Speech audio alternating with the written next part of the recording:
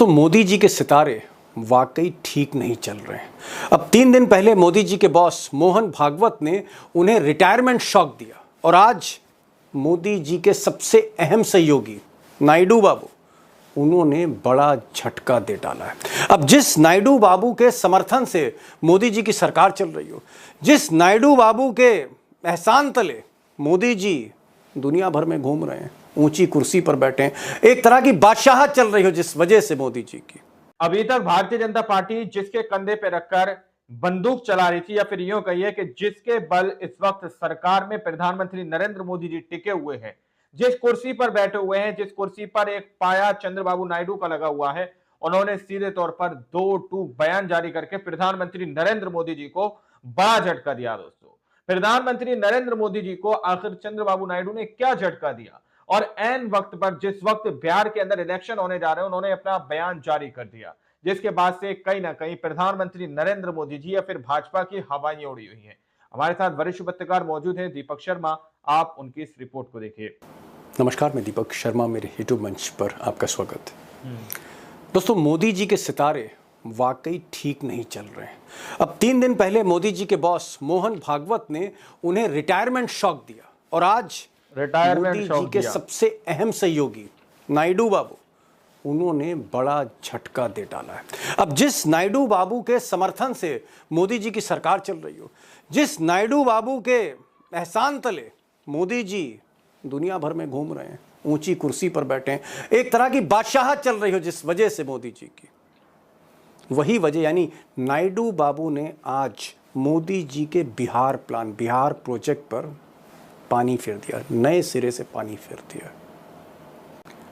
अब दोस्तों, यूं तो नायडू बाबू बड़े ही सीनियर पॉलिटिशियन है, सीजन्ड पॉलिटिशियन है, सोच समझ कर फैसला लेते हैं, लेकिन अचानक उन्होंने ये झटका मोदी जी को क्यों दिया, इसका असली मकसद क्या था, ये तो मैं आगे बताऊंगा।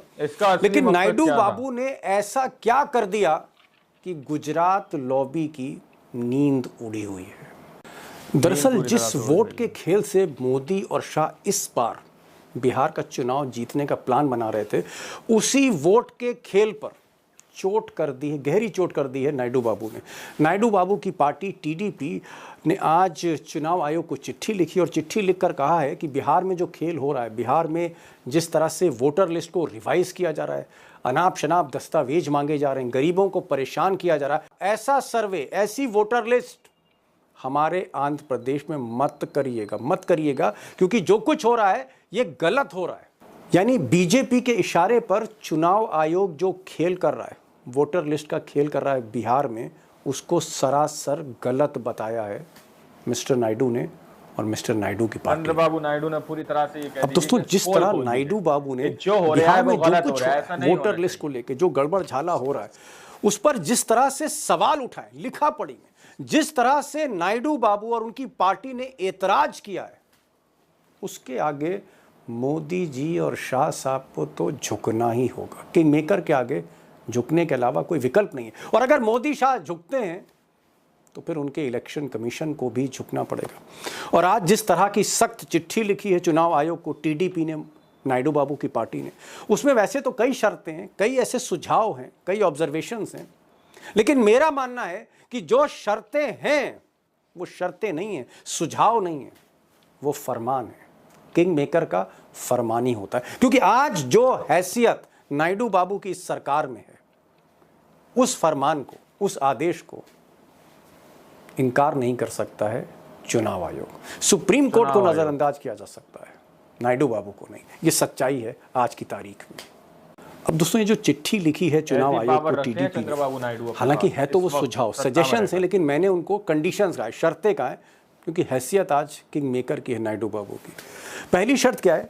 नायडू बाबू की जो पहली शर्त या पहला सुझाव है वो ये है कि जो बिहार में जिस तरह से स्पेशल रिवीजन हो रहा है, वोटर लिस्ट से नाम काटने की एक बड़ी कवायद हो रही है, एक्सरसाइज हो रही है, उन्होंने कहा कि ये चुनाव से एन वक्त पहले नहीं की जाएगी। यानी बिहार में 2 महीने पहले जो एक्सरसाइज हो रही गलत है। नायडू बाबू ने कहा कम से कम 6 महीने पहले की जानी चाहिए। यानी अगर अक्टूबर में या नवंबर में चुनाव है, अक्टूबर में पोलिंग है, तो ये काम आप फरवरी में करिए, जनवरी में करिए, मार्च में करिए, 2 महीने पहले नहीं। अब इस तरह से देखें तो एक तरह से जो इलेक्शन कमीशन बिहार में कर रहा है नायडू बाबू की नज़र में वो गलत है, उसको बंद करना चाहिए।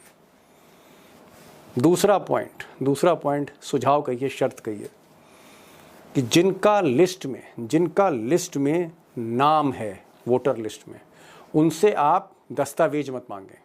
बड़ी बात कही। सुप्रीम कोर्ट ने भी कहीं ना कहीं इशारों में कहा था इलेक्शन कमीशन को कि साहब आप अगर चाहें तो आधार कार्ड पर विचार कर सकते हैं, राशन कार्ड पर कर सकते हैं, लेकिन नायडू बाबू क्या कह रहे हैं?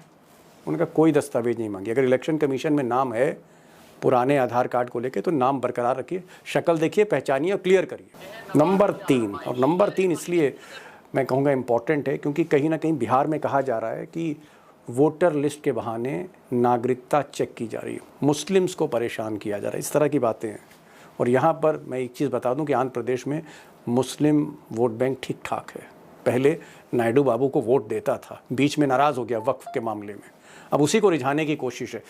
और इसलिए नायडू बाबू ने कहा है कि वोटर लिस्ट में ही सुधार करिए, ये नागरिकता, सिटीजनशिप, ये काम आपका नहीं है, ये आप मत करिए। और चौथी शर्त या चौथा सुझाव नायडू बाबू का इलेक्शन कमीशन को ये है कि साहब अगर नाम आप किसी का काट रहे हैं, जो भी कारण हो, या आधार कार्ड नकली हो या वो रहता नहीं हो, जो भी वजह हो, तो फिर आप उस आदमी को, उस वोटर को पूरा मौका दीजिए, समय दीजिए कि वो अपनी बात इलेक्शन कमीशन या उनके अधिकारियों से कह पाए। तो कुल मिलाकर आप देखें कि मोदी जी का जो प्लान था, जिस तरह का कि पासपोर्ट लाओ, ड्राइविंग लाइसेंस लाओ, बर्थ सर्टिफिकेट लाओ, जो दस्तावेज बिहार में ज़्यादातर लोगों के पास नहीं है, वो जो प्लान था उसी पर पानी फेर दिया, यानी सिरे से खारिज कर दिया। किसने किया? किंग मेकर ने। दोस्तों सबसे बड़ी बात यह है कि नायडू बाबू ने जब ये चिट्ठी भेजी, यानी टीडीपी ने जब चिट्ठी भेजी, डेलीगेशन गया चुनाव आयोग, उस वक्त नायडू बाबू दिल्ली में ही हैं। जी हाँ, दिल्ली में हैं आज की तारीख में। और वो ना सिर्फ चिट्ठी लिख रहे हैं, वो अमित शाह से मिलकर ये बातें भी कर रहे हैं, सीधे सीधे बोल रहे हैं कि भाई ये चीज़ें गलत हो रही हैं, नागरिकता मत देखिए। तो अमित शाह से भी मिल रहे हैं, चिट्ठी भी लिख रहे हैं, दिल्ली में भी हैं।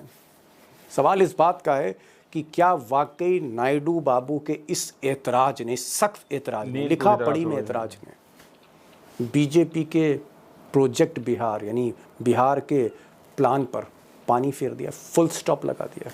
और सवाल नंबर 2 जो मैंने शुरू में किया था कि नायडू बाबू ने अचानक ये सब क्यों किया, इसके पीछे असली मकसद क्या है? नायडू बाबू इस एक्सरसाइज को रोकना क्यों चाहते हैं?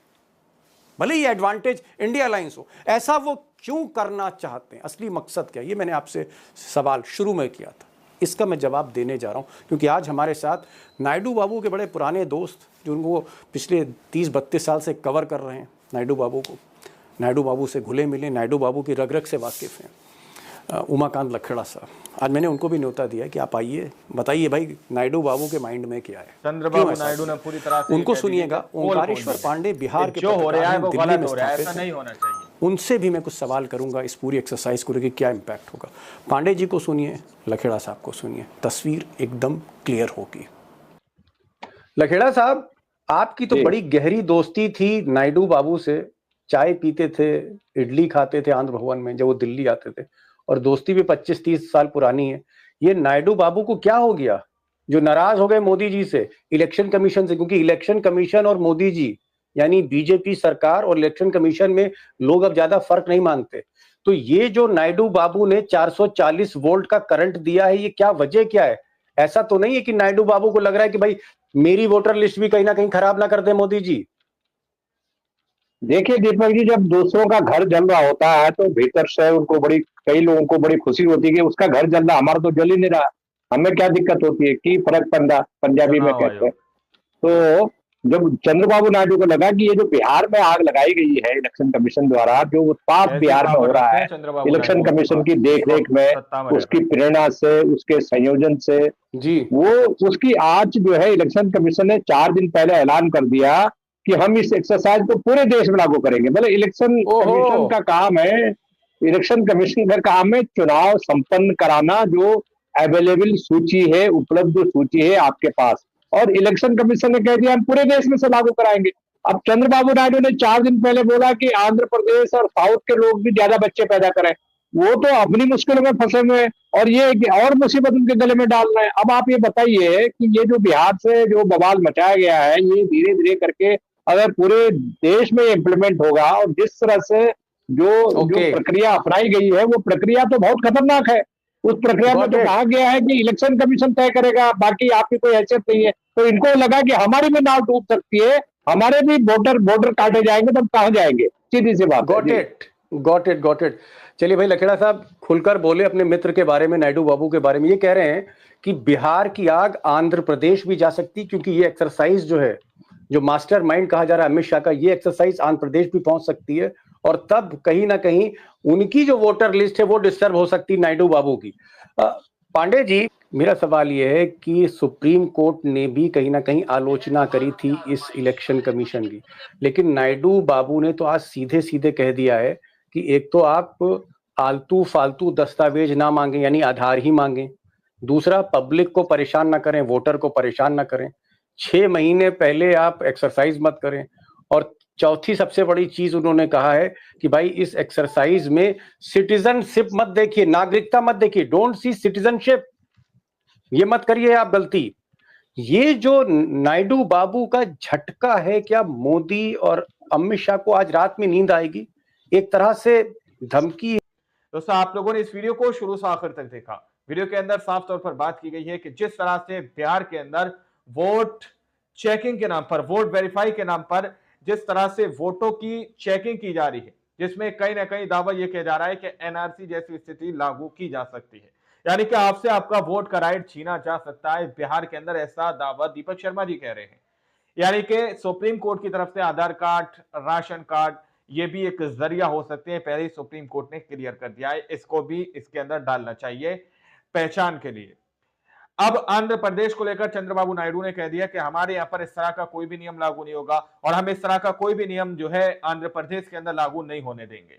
दो टूक बयान जारी कर दिया है, जिससे कहीं ना कहीं एक बड़ा झटका मोदी जी को भी लगा है। दोस्तों, मोदी जी सोच रहे होंगे कि भाई किसी भी तरह से चुनाव आयोग के जरिए से हम वोट जो है वेरीफाई करा लेंगे, है ना। तो बहुत सारे लोगों का मानना यह है कि वोट वेरीफाई के नाम पर बहुत सारे वोटों को काटा जाएगा। बाकी आप लोगों ने इस रिपोर्ट को देखा सुना, आप लोग इस रिपोर्ट के बारे में क्या सोचते हैं, क्या समझते हैं, अपनी राय कमेंट सेक्शन में जरूर दीजिएगा। मिलते हैं अगली वीडियो में, जब तक के लिए जय हिंद, जय भारत।